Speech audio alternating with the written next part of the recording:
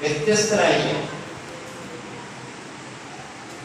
ആരെങ്കിലും മക്കളോട് പറയാറുണ്ടോ എന്നെ പോലെ ആകണം എന്ന്? നിങ്ങൾ ആരെങ്കിലും പറയാറുണ്ടോ? മോനെ മമ്മീനെ പോലെ ആകണമെന്ന്, അല്ലെങ്കിൽ മോളെ മമ്മീനെ പോലെ ആകണമെന്ന് പറയാറുണ്ടോ? ഡാഡിനെ പോലെ ആകണമെന്ന് പറയാറുണ്ടോ? അതിന് പറയാറില്ല. കാരണം എന്താ? യേശുദാസിനെ പോലെ ആകണം, മഹാത്മാഗാന്ധിനെ പോലെ ആകണം,